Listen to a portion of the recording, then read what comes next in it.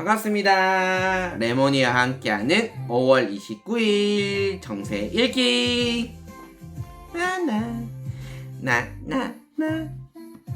오늘 하루 잘 보내셨습니까? 오늘 이제 드디어 금요일이어서 내일 이제 쉬시는 분은 쉬실 것 같고요. 오늘 같은 경우는 코스피 같은 경우 3.55% 올라서 8,475로 76으로 마감하였고요. 코스닥 같은 경우는 보시면 마이너스 2.6% 하락해서 1074로 하락 마감하였습니다. 오늘 사실 LG전자가 거의 상한가를 가고 LG전자 우량주가 LG전자가 이끌었고 삼성전자 SK하이닉스가 지금 많이 이끌고 있고, 그리고 오늘 보시면 또 특이하게 네이버가 16%까지 올랐습니다. 이렇게 된 이유는 뭐냐면 이제 젠슨 왕이 깐부 회동을 와서 이런 얘기를 하니 안 하니 해서 지금 많이 나오는 것 같고요. 이런 상황에서 사실 지금 좀 안타까운 거는 전에도 말씀드렸듯이 우리나라 코스닥이 좀 많이 안타깝지 않나 싶은 생각이 많이 들고 있습니다. 왜냐면 코스닥 같은 경우는 오를 때 오르지 못하고 지금 내릴 때는 또 내리고 있는 상황이기 때문에, 어제도 말씀드렸듯이 이렇게 된 원인이 지금 이란과 트럼프가 협상안이 다 만들어져서 트럼프 오케이만 나오면 끝난다고 합니다. 그래서 이런 상황이 나오게 있었고요. 그리고 오늘 사실 사전투표일인데 여러분들 모두 사전투표 하셨습니까? 사전투표 시간이 오전 6시부터 오후 6시까지니까 오늘 내일 사전투표 꼭 하실 분들은 하시고요.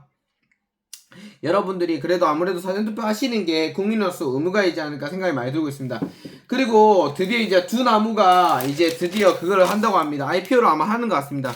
해서 지금 한다고 해서 지금 여러가지 증권사에서 나오는 것 같은데, 그래서 이 두 나무 같은 경우는 뭐 이진씨 아시죠? 그 주식 그 사기꾼 그분하고 또 그 사람은 연계가 되어서 좀 문제가 있는 것 같고요. 그리고 또 오늘 말 나왔던 게 뭐냐면 지금 코인에 대해서 이자 소득세를 물리겠다고 지금 얘기가 많이 나오고 있기 때문에 여기서 과연 어떻게 될지 많이 궁금할 것 같습니다. 그래서 이 상황이 어떻게 진행될지는 한번 여러분이 지켜보시면 좋겠고요.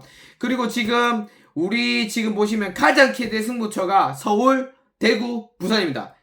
서울, 대구, 부산이기 때문에 서울 같은 경우는 정원호 후보가 거의 모든 여론조사에서 우승하고 있기 때문에 제가 봤을 땐 정원호 후보를 이기지 않을까 생각이 많이 들고 있고요. 부산시장 같은 경우는 전재수 후보가 모든 여론조사에 이기기 때문에 될 것 같고, 대구시장은 좀 약간 박빙입니다. 어떤 여론조사에서는 김부겸 후보가 되고 어떤 여론조사에는 추경호 후보가 되니까 어떻게 될지는 한번 지켜봐야 될 것 같습니다. 이게 지금 새 경합이고, 부산 국구갑이 되게 특이한데 부산 국구갑 같은 경우는 한동훈 대표가 여론조사 쭉 올라가서 마지막 여론조사에서 거의 43%까지 차지하는 바람에 지금 하정우 대표를 이기는 거로, 하정우 전 AI 속을 이기는 것처럼 나와있기 때문에 그래갖고, 그 다음 오늘 이재명 대통령이 뭐라고 했냐면 서소문 사고 JTX 철근 누락에 대해서 엄정히 책임을 물어라 라고 얘기를 나왔습니다. 이 말이 뭐냐면 오세훈 시장이 어제 서울시장 제가 대선 토론회에서 봤는데, 사실 오세훈 시장이 약간 너무 안이하게 대처하지 않나 생각이 많이 들고 있습니다. 저는 어제 처음 알았는데 청년의 우리나라 전세 사기 돈을 1억밖에 안 해줬다고 하더라고요. 그래서 이런 거에 대해서 좀 많이 실망을 했던 것 같습니다. 한강버스 이런 데는 1,400억 투자를 하고 거기엔 또 얼마 투자를 안 했기 때문에 지금 오세훈 시장 같은 경우는 보면 악재들이 겹치고 있는 것 같습니다. 그게 제가 유튜브에 보면 점 보시는 분들이 있거든요. 누가 될 것 같다, 누가 안 될 것 같다, 뭐 이러면서. 저는 원래 사주를 좀 좋아하고 그쪽에서 좀 되게 좀 관심이 많기 때문에 보면 정원호 후보가 둘 다 기운은 별로 좋지 않은데 정원호 후보가 좀 더 낫다고 합니다. 그래서 사주 상황 봤을 때는 정원호 후보가 되고, 부산 같은 경우는 전재수 후보가 되지 않을까 생각이 많이 들고 있다고 합니다. 그래서 이거는 어디까지나 사주니까요. 그거는 아마 여러분들의 각자의 판단을 맡기고요. 누구를 투자해라 이런 건 사실 어불성설인 것 같고요. 그리고 지금 노르웨이가 중국하고 약간 부딪히고 있고, 그리고 노르웨이 같은 경우는 원래는 미국의 핵 우산에 약간 걸치려고 했는데 지금 이제 프랑스 쪽으로, 그러니까 지금 유럽이 아예 미국과는 별개의 나라로 이제 가려고 하는 것 같습니다. 그러니까 트럼프가 들어서부터 유럽, 중동, 중국, 한국, 미국, 일본 이런 식으로 구도 자체가 만들어지는 것 같습니다. 그러니까 대륙간이 진짜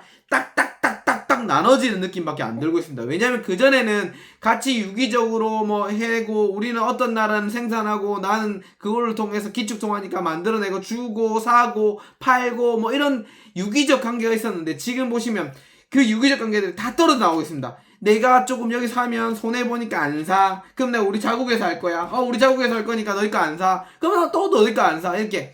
이게 원래 전 세계가 어떻게 보면 하나의 국가망이었는데 지금 그렇지 못하고 다 뿔뿔이 흩어져서 이렇게 되면 문제가 뭐냐면 자연 효율화가 떨어지지 않나 생각이 많이 들고 있습니다. 인플레이션이 가중화될 거고요.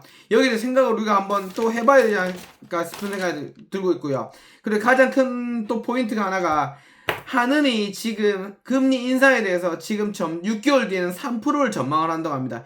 이렇게 금리 인상이 되면 주식에 있던 돈들이 빠질 수도 있고요. 여러가지 문제점들이 나올 수 있기 때문에 한은에서 좀 조심하는 편이긴 한데 과연 이게 얼마나 지금 될지는 한번 지켜봐야 될 것 같고, 그리고 오늘 또 약간 이슈적인 소식이 정몽준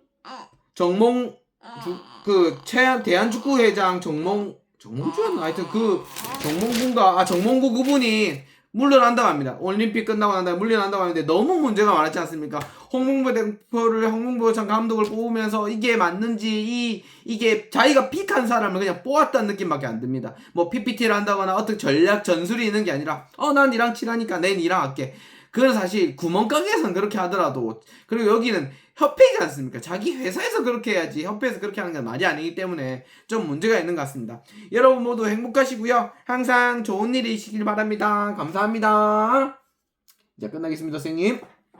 이제 오늘 실수 안 하겠습니다. 똥 똥똥똥 내몸 후후